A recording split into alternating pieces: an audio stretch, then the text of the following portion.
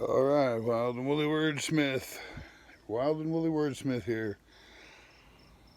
WildandWoollyWordsmith.com, BarbaryAllen.wordpress.com. Wife and I were talking recently. Oh, it's a pandemic quarantine update. It's 30th of April, so probably been at this, 2 months? Some people, or we have been. Most people, a good 45 days. Some states are giving it a release. But I wanted to talk about something.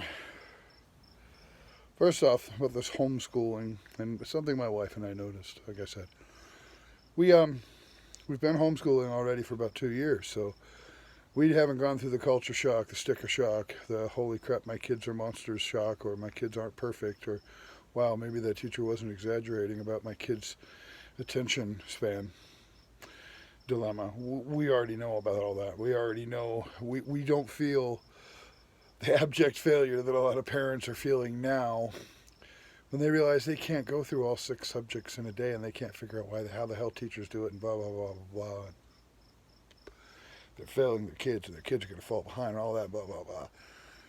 We went through that like 2 years ago when we first started. We didn't avoid it. We just did it 2 years ago. So we're just dealing with the shock of the pandemic, not kids at home and no income and this that and the other thing. So um, we did get quarantined and whatnot. But anyway, what I'd noticed is it's maybe it's just a coincidence. I don't know, but you know those old sayings in various religions.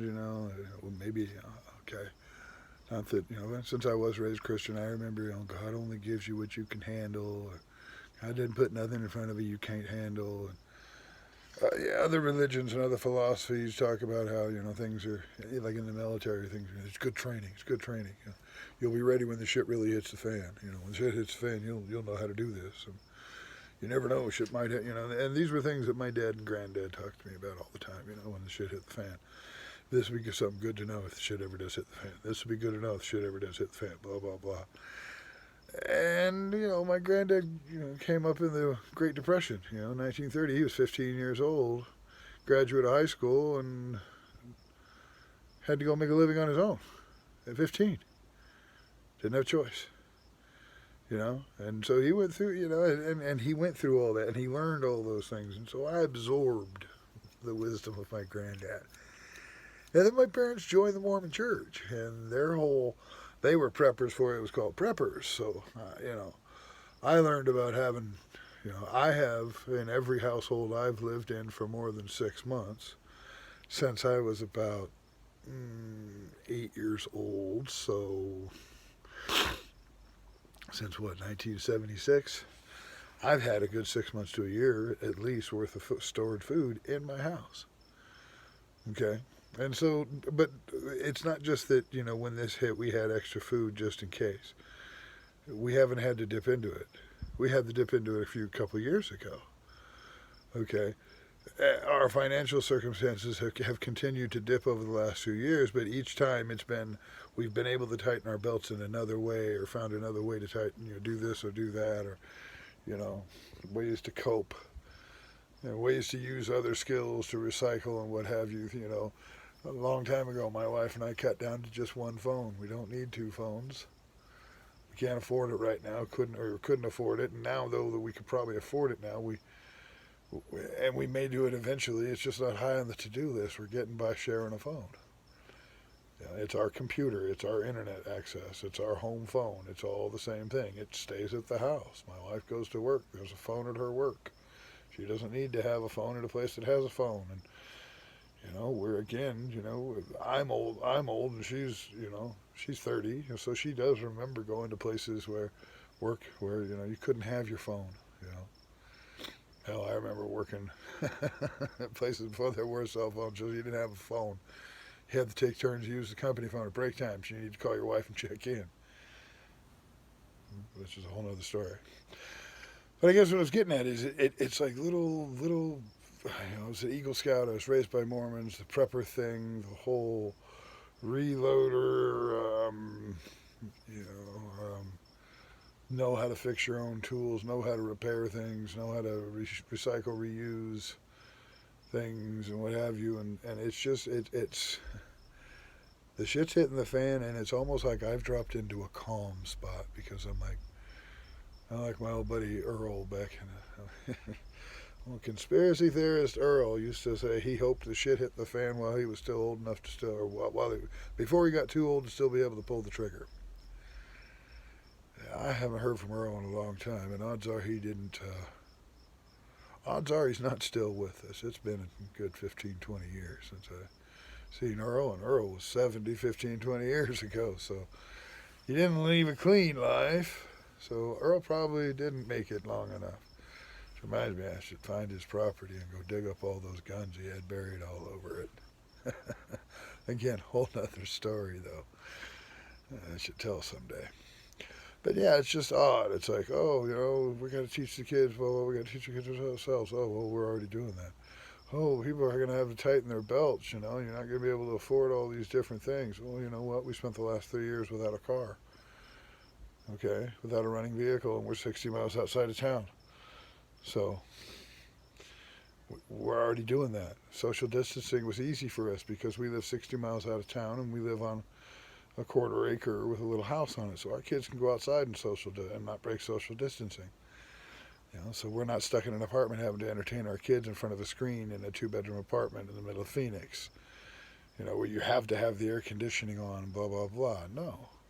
We're not paying excess air conditioning bills in this heat because we've learned to adapt somewhat to this heat. We've spent years here where the air conditioning didn't work or the swamp cooler didn't work, and so we figured out how to make it work, how to adapt, how to take old skills from living in the Northwest and learning how to keep heat inside of a house.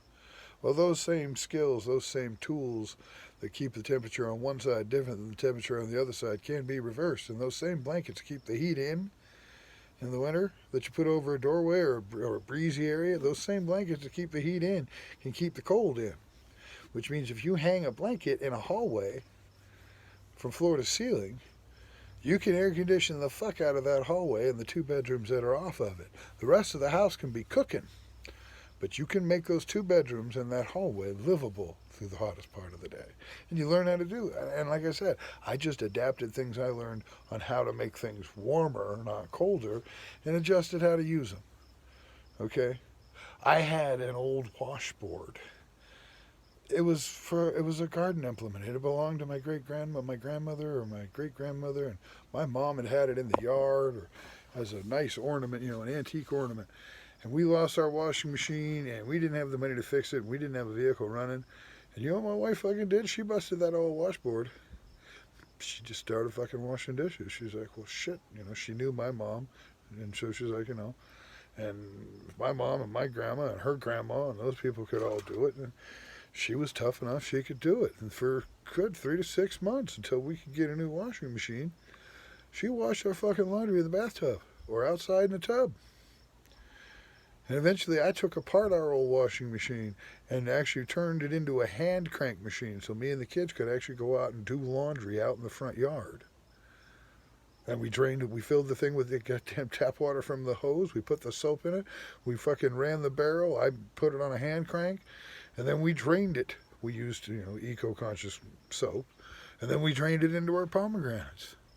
Our pomegranates are going to be fucking bomb-ass this year because we just got a new washer that actually worked about 6 months ago. So our pomegranates got a good 6 to 8 months of really good watering. We're going to have great pomegranates this year. We also learned how to wash our clothes without any power. Now maybe my kids are going to need that someday. Or maybe today is the beginning of the shitstorm and I needed to make sure I had that skill down. And we do. We have it down. So, like I say, what bothers me is, I've got a whole bunch of other crazy training for when shit gets, for a circumstance that I would imagine would be a whole lot worse than this. So, as Marvin the Martian would say, where's my kaboom? I want the kaboom! What's coming next? Damn it! This is your wild and woolly wordsmith commenting on how this crazy, paranoid, halfway prepper, Jack Mormon is feeling strangely calm in these crazy times. Strangely Eagle Scout prepared. WalloWillyWordsmith.com, BarbaraAllen.wordpress.com. See you next time.